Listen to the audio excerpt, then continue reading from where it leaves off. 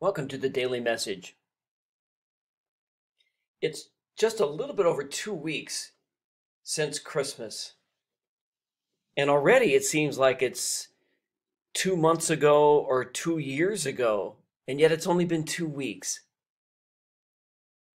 But before we lose our memories of Christmas, I invite you to pick a happy memory, a happy moment from this year's celebration of Christmas, and to hold on to it.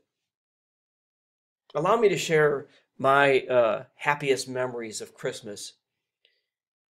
It really involves 2 days. On Christmas Eve, I went around to my kids' homes and dropped off their gifts and got to see them face to face, even though from a distance.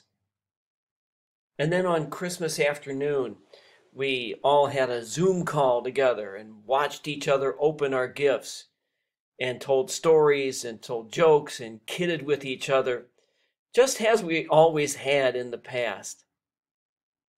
This was the third Christmas for my kids and grandkids without their mom and their granny, and for me without my wonderful wife. One of my daughters-in-law has a dad who's in very poor health.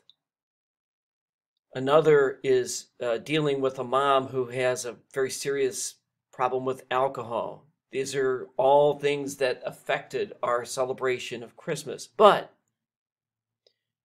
this year we celebrated what we have. We have each other. We have our memories. We have our love for each other. We celebrated what we have rather than simply lament over what we have lost.